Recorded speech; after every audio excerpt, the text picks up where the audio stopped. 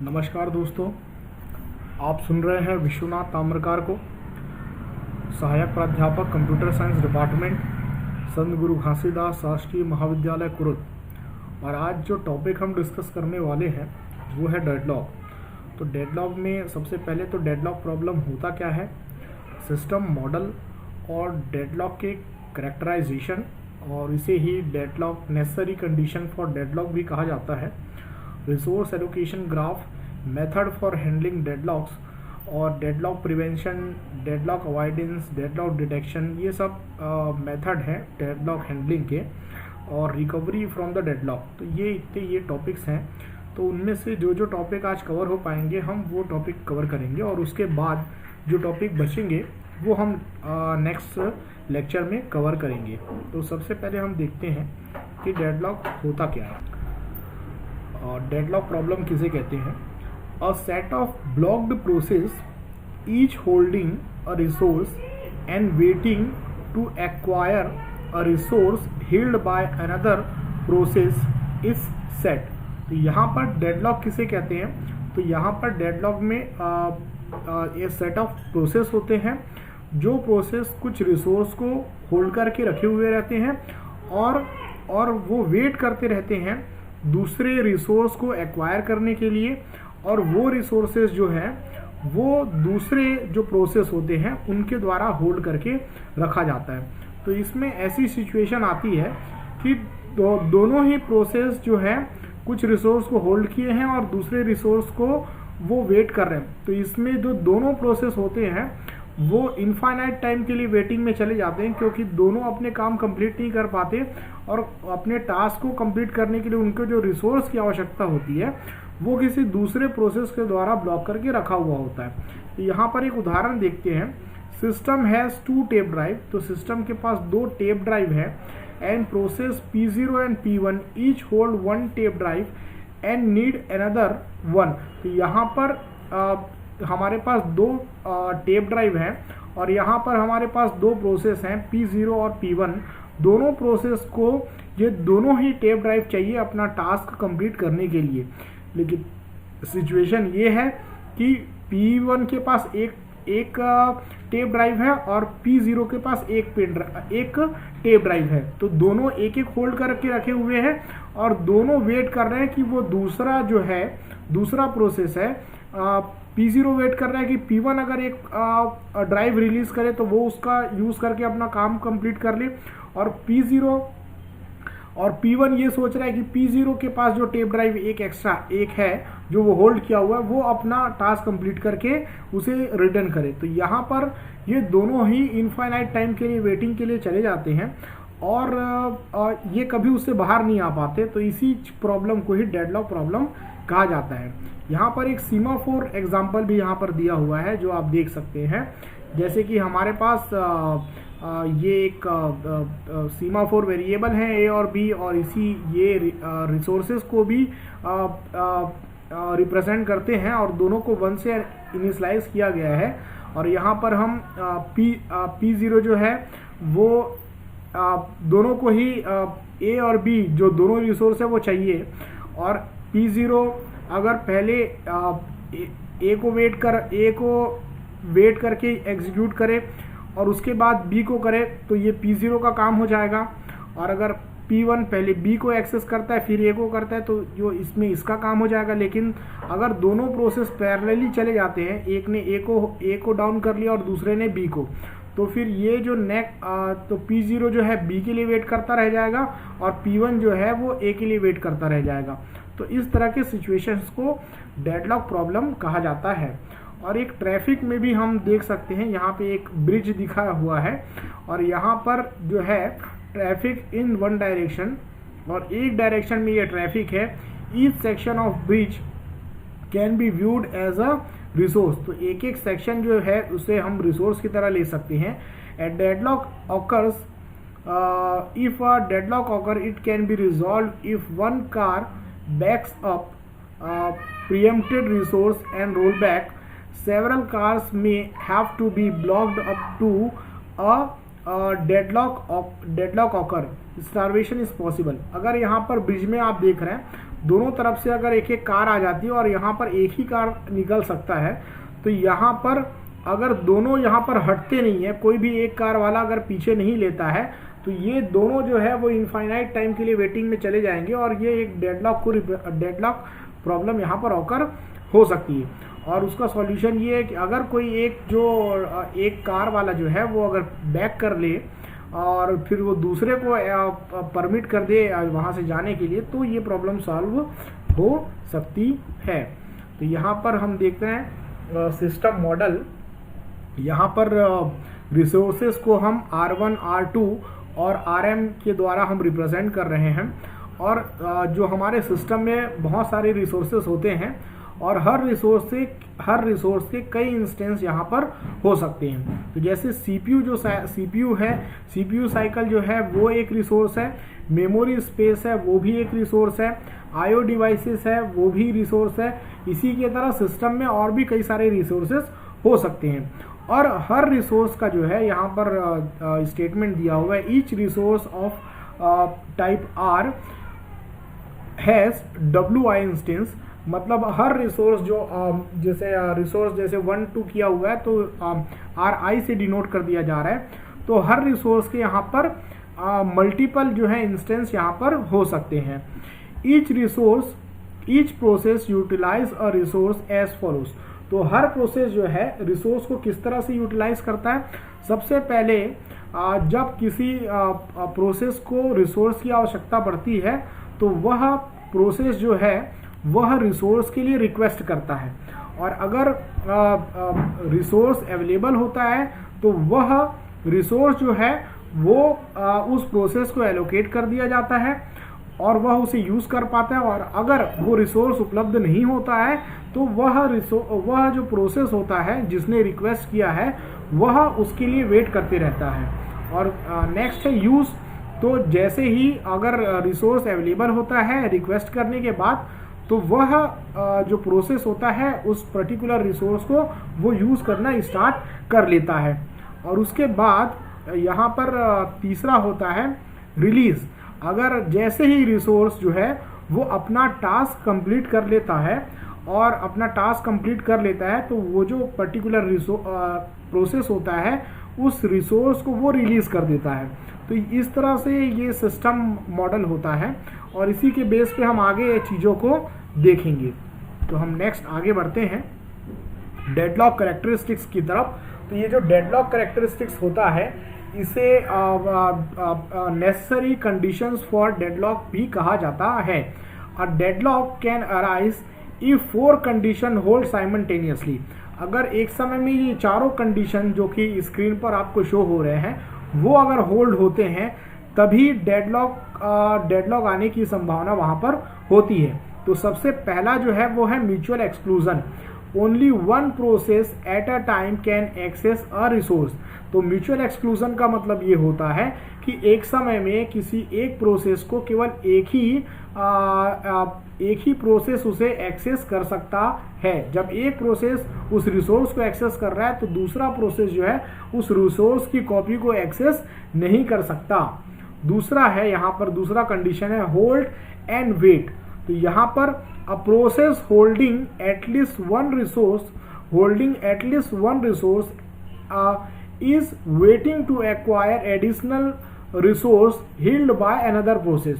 तो यहाँ पर होल्ड एंड वेट ये कह रहा है कि एक कोई प्रोसेस है उसने कम से कम एक रिसोर्स को होल्ड करके रखा हुआ है और वो दूसरे रिसोर्स एक एडिशनल रिसोर्सेस के लिए वह रिक्वेस्ट करता है, और जो रिसोर्स किसी दूसरे प्रोसेस के द्वारा होल्ड किया गया है तो इसको जो है होल्ड एंड वेट कहा जाता है। मतलब वो एक रिसोर्स को होल्ड किया हुआ है और दूसरे प्रोसेस के लिए रिक्वेस्ट किया हुआ है, और जो दूसरा प्रोसेस है वो भी किसी दूसरे प्रोसेस के द्वारा होल्ड करके रखा हुआ है। और नेक्स्ट होता है नो प्रीएम्पशन। तो नो प्रीएम्पशन क्या कहता है? A resource can be released only voluntary by a process holding it after that process has completed its task। तो नो प्रीएम्पशन कहने का मतलब ये है अगर कोई रिसोर्स जो है किसी प्रोसेस के द्वारा होल्ड किया गया है तो वह प्रोसेस जो है उसे तब तक होल्ड करके रखता है जब तक कि उसका टास्क कंप्लीट नहीं हो जाता, और बीच में कोई भी दूसरा प्रोसेस उससे वह रिसोर्स छीन नहीं सकता। तो इसी चीज को कहा जाता है नो प्रियम्पशन, मतलब उसे कोई दूसरा प्रोसेस प्रियम्प्ट नहीं कर सकता। तो तीसरा जो और लास्ट जो चौथा कंडीशन होता है वो होता है सर्कुलर वेट। तो सर्कुलर वेट क्या होता है कि जैसे कि हमारे पास प्रोसेस यहाँ पर जो वेटिंग का है वो एक सर्कुलरली जो होता है उसे सर्कुलर वेट कहा जाता है। तो यहाँ पर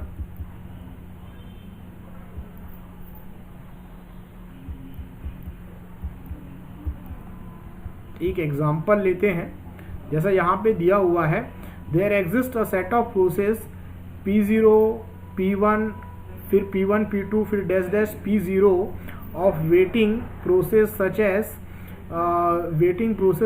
P0 is waiting for a resource that is held by P1 and P1 is waiting for a resource held by P2 and N-1 is waiting for a resource that is held by Pn and P0 is waiting for the resource that is held by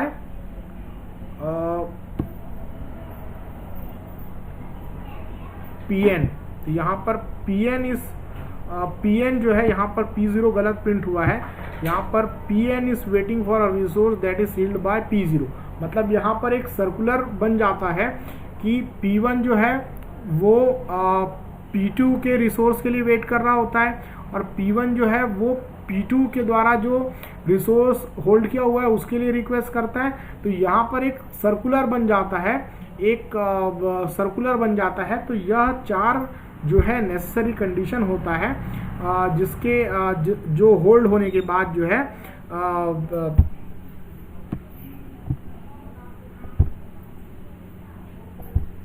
तो यहाँ पर आप एक diagram देख पा रहे हैं जो एक सिंपल डेडलॉक एग्जांपल को रिप्रेजेंट कर रहा है।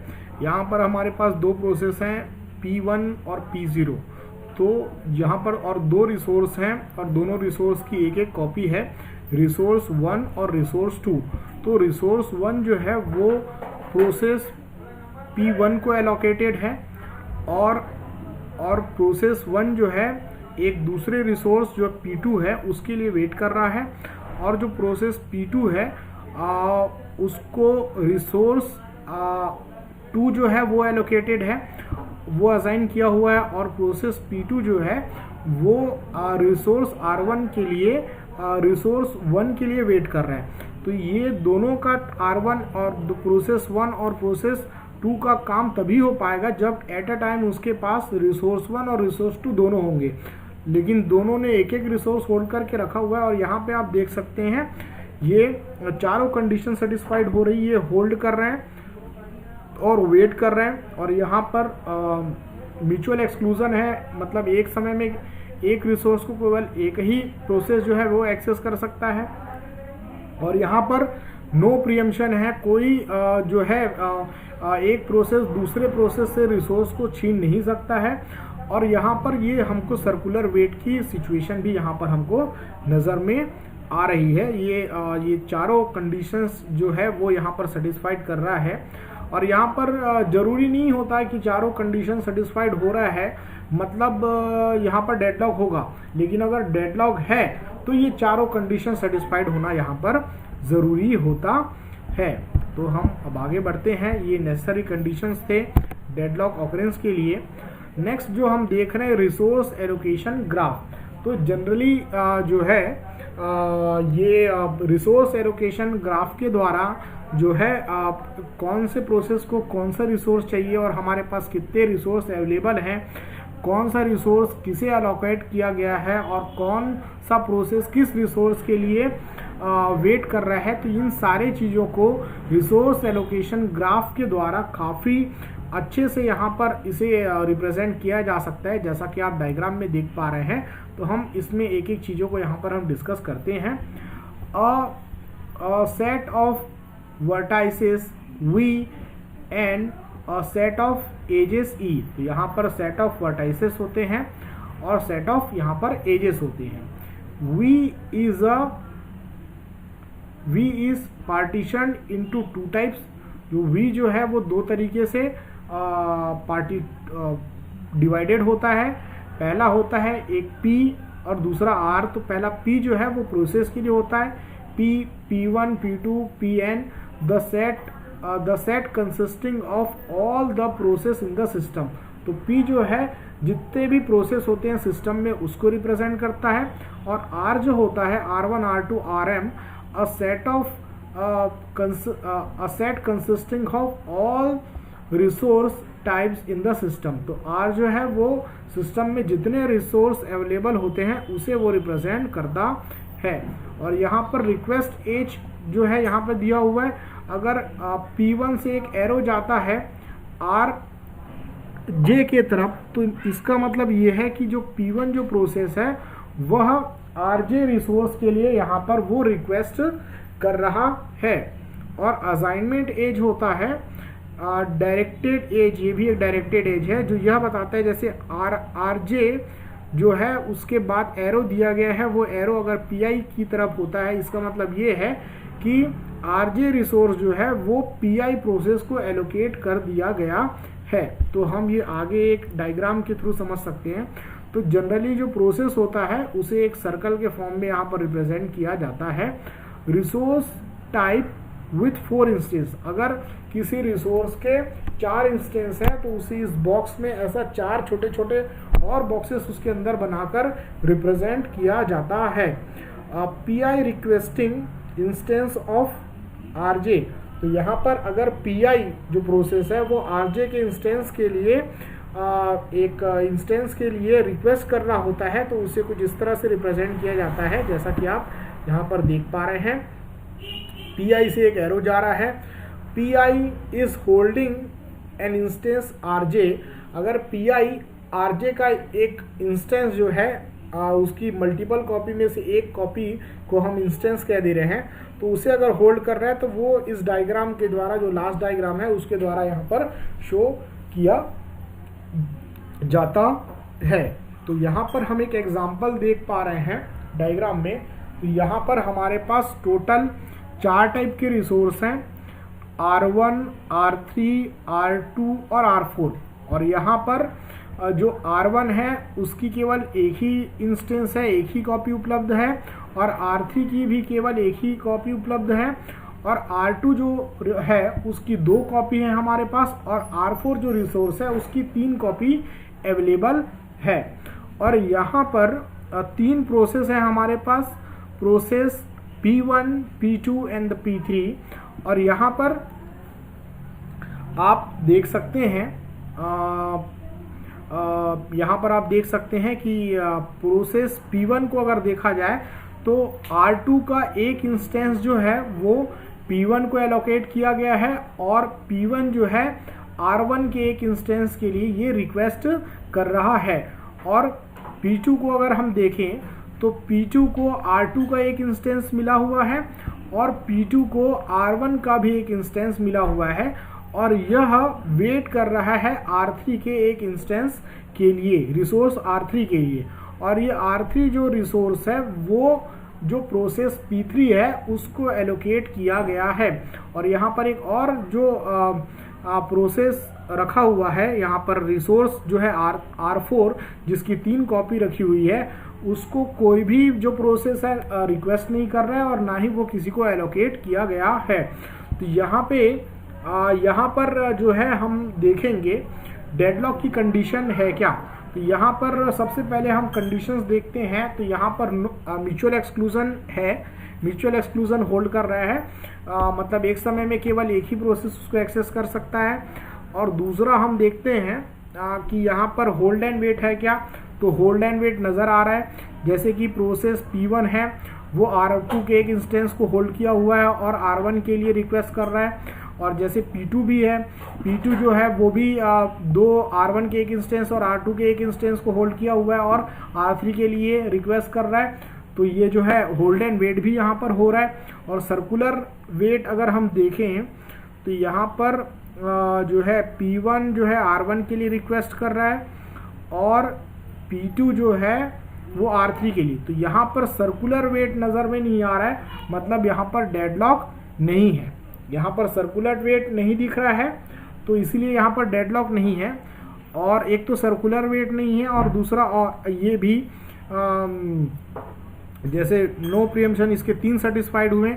पहला no mutual exclusion, hold and wait, no preemption, circular wait. तो यहाँ पर सर्कुलर वेट सेटिस्फाइड नहीं किया। अब और यहाँ पर और देख लेते हैं, जैसे कि और यहाँ पर किसी भी सिचुएशन में डेडलॉक ऑकर नहीं होगा, क्योंकि जो R3 का एक इंस्टेंस जो है P3 को एलोकेटेड है। तो P3 जैसे ही अपना टास्क कंप्लीट करेगा, तो टास्क जैसे ही अपना टास्क कंप्लीट करेगा, तो वो जो इंस्टेंस है वो R3 इंस्टेंस जो है वो P2 को मिल जाएगा। और P2 को अपना काम कंप्लीट करने के लिए R3 का इंस्टेंस चाहिए, और R2 और R1 का, तो वो दोनों इंस्टेंस इसको एलोकेट किए जा चुके हैं। तो इस तरह से P2 अपना टास्क कंप्लीट कर लेगा। और P1 जो है, P2 जैसे ही अपना टास्क कंप्लीट करेगा, वो R1 का जो इंस्टेंस है, रिसोर्स है, वो जो है वो फ्री कर देगा। तो इससे P1 का टास्क हो जाएगा। तो यहाँ पर डेडलॉक नहीं ऑकर हो रहा है इस रिसोर्स एलोकेशन ग्राफ में। अब हम नेक्स्ट एक और रिसोर्स एलोकेशन ग्राफ देख रहे हैं। हम देखते हैं यहाँ पे क्या डेडलॉक ऑकर हो रहा है।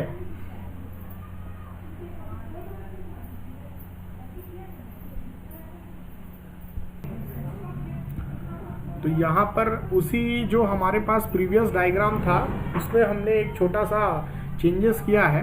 और यहाँ पर हम देखते हैं कि क्या यहाँ पर जो P3 है, उसको अपना टास्क कंप्लीट करने के लिए R2 के एक इंस्टेंस की यहाँ पर उसको ज़रूरत है। हमने प्रीवियस डायग्राम में बस इतना ही मैनिपुलेशन किया है। तो हम यहाँ पर देखते हैं कि क्या यहाँ पर डेडलॉक की चारों कंडीशंस अराइज हो रही है क्या। तो यहाँ पर हम देख सकते हैं कि P1 जो है वो P1 जो है वो R2 का एक इंस्टेंस होल्ड किया हुआ है, और R1 का एक इंस्टेंस उसको चाहिए। और अगर P2 का देखें, तो P2 के पास R1 का एक इंस्टेंस है और R2 का एक इंस्टेंस है, और वह R3 के एक इंस्टेंस के लिए वेट कर रहा है। मतलब P2 भी जो है होल्ड एंड वेट जो है वो काम कर रहा है। और यहाँ पर म्यूचुअल एक्सक्लूजन तो है ही है, और यहाँ पर कोई भी प्रोसेस दूसरे प्रोसेस को प्रीएम्प्ट नहीं कर सकता।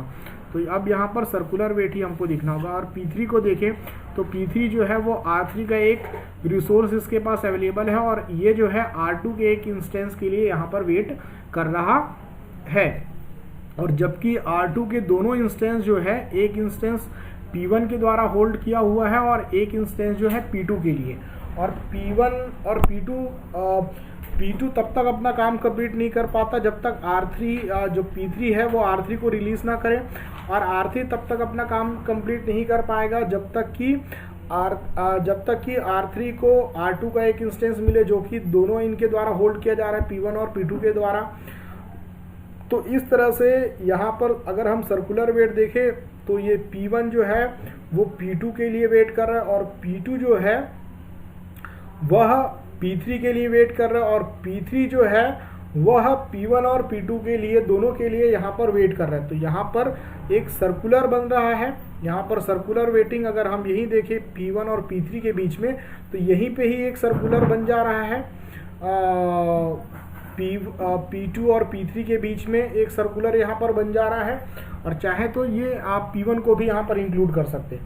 तो यहाँ पर ये एक डेडलॉक सिचुएशन को रिप्रेजेंट कर रहा है, क्योंकि यहाँ पर ये कोई भी प्रोसेस अपना टास्क यहाँ पर कंप्लीट नहीं कर पाएंगी। ये एक रिसोर्स को होल्ड किए हुए हैं, और वो उस रिसोर्स के लिए वेट कर रहे हैं जो रिसोर्स किसी और जैसे P3 के लिए P3 जो है इनके लिए वेट कर रहा है। तो यहाँ पर ये इसमें कभी ये डेडलॉक से ये कभी इनको सारे जो इनको रिक्वायर्ड जो रिसोर्सेस है वो एलोकेट नहीं किए जा सकते।